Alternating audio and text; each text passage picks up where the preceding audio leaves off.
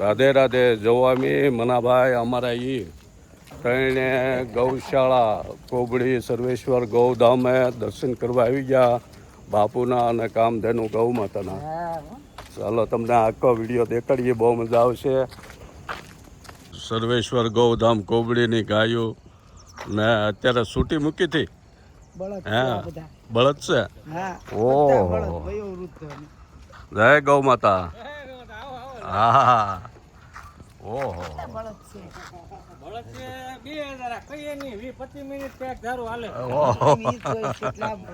જવા બધા બળદ અત્યારે છોડેલા હોય. ઓહો, નીકળે છે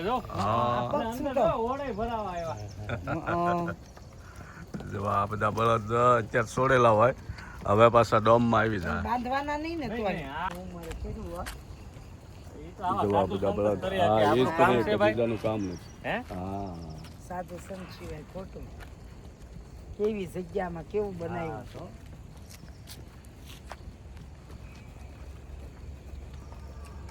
લીટી સર આયલા છે આડા કવળા છે. ઓહો, હજી હાલ્યું જ આવે છે. 15 મિનિટ 20 મિનિટ તો હાલ્યા આવે છે. જો આમ આગળ ઠેઠ હાલ્યા આવે.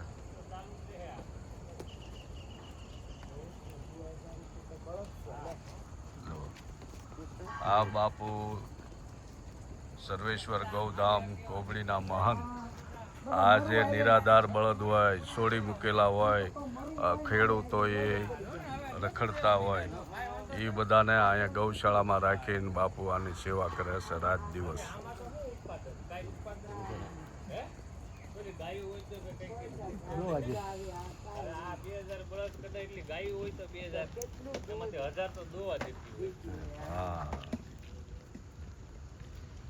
આ નાના વાસળાનો કર્યું છે. એમ?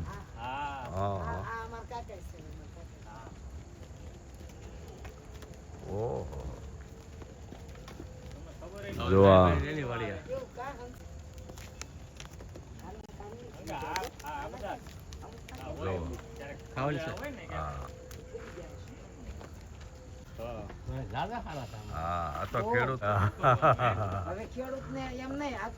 આપણે બરોબર સાંજના ટાઈમે આવ્યા. એ વખતે આ બળદને છોડેલા હતા, એ સરવા ગયેલા હતા ને અત્યારે પાછા એના સ્થાનકે ડોમમાં આવી જાય છે ને ત્યાં આપણને કેતનભાઈ મળી ગયા છે. કેતનભાઈ, જય ગૌ માતા. જય ગૌ માતા. હા, જો એટલું સુંદર વાતાવરણ છે. જો અહીંયા એક પાણીનું સરોવર ભર્યું છે અને આ ઝાડ સારવા જાય કાયમ. અરે વાહ. વાડી આપણે નાખીએ બધું શેરડીની. એમ? નાખેલું જ હોય. વોર્ડ બનેલો છે. આ નાના બાળ ગોપાલનો વોર્ડ છે. 350-400 જેટલા બાળ ગોપાલ છે. હા, જો આ બાળ ગોપાલનો વોર્ડ છે આખો મોટો બધો. આમાં 450 જેટલા અત્યારે બાળ ગોપાલ છે. જો આ બળદ બધા છૂટો પગ કરીને વિયાવે ડોમમાં. ગૌધામ કોગડીમાં ગમે ત્યારે સમય મળે અહીંયા આવો અને આ ગૌવંશ અને ગાયોનો દર્શન કરો. ત્યાં તમારા પાપ ધોવાઈ જાય એવું વાતાવરણ અને આ ગાયો જુઓ.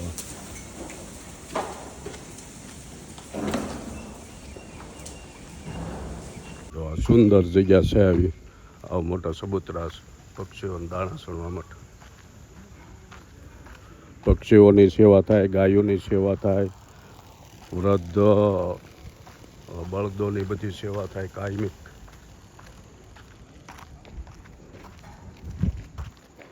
આ બધા ડોમમાં ગાયો બળદ બધું રાખવામાં આવે છે.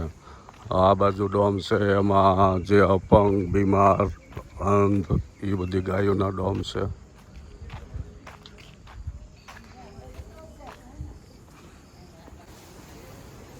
આપણે આવી ગયા રાધા કૃષ્ણના ભગવાનના દર્શન થાય.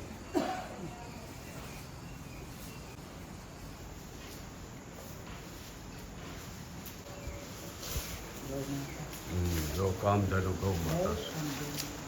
આ કામધેનુ ગૌ માતાના દર્શન કરવા, સ્પર્શ કરવાથી પાપ નષ્ટ થાય છે.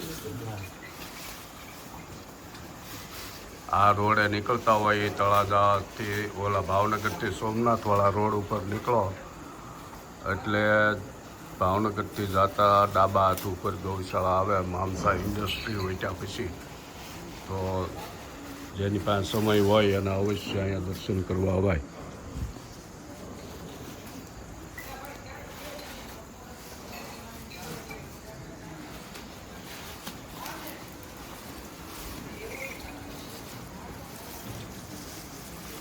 હા આવું હા બુધેલ એટલે તેના અહીંયા પગમાં જ્યારે નવરા હોય અહીંયા આંટો મારીને દર્શન કરીએ. હા કામધેનુ ગૌ માતાના દર્શન થાય, બાપુના દર્શન થાય ને એટલી બધી 2200 જેટલી ગાયોના દર્શન થાય એક જગ્યાએ. હા હા અને આટલી બધી ગાયોનો અહીંયા વાસ છે એટલે આ બધી ભૂમિ છે ને એ પવિત્ર થઈ ગઈ છે. અહીંના વાઇબ્રેટ ઉર્જાવાળી. હા એટલે અહીંયા કુદરતી આવે તો શાંતિ લાગે, શાંતિ, મનના શાંતિ મળે. હા મન ન થાય. હા જો આ બેન ને ભાવનગરથી આવેલા છે. બહુ એવું લાગે. હા આ બેન ને ભાવનગરથી આવ્યા છે. 2 જણા એ એના અનુભવની વાત કરે છે. ગૌશાળામાં અહીંયા આવી સર્વેશ્વર ગૌધામ કોબડીમાં તો કેવા અનુભવ થાય, કેવા આ જગ્યાનો પ્રભાવ પડે આપણા મગજ ઉપર અને આ બધી ગાયોના દર્શન કરવાથી આપણા ઉપર કેવો પ્રભાવ પડે એ વાત કરે છે બેન. ભાવનગર અને ભાવનગર પંથકનું ભાગ્ય કહેવાય કે આવી ગૌશાળા આપણા પંથકમાં છે એટલે આપણે એનો રોજે રોજ આનો લાભ લઈએ કે એવું છે.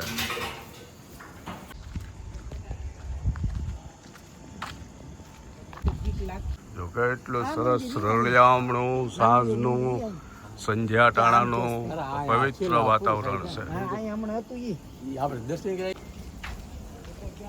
સાધનામાં બેઠા હતા એટલે એના આપણે પ્રત્યક્ષ દર્શન નથી થયા પણ એમના ફોટામાં દર્શન કરીને હવે આપણે નીકળવું છે.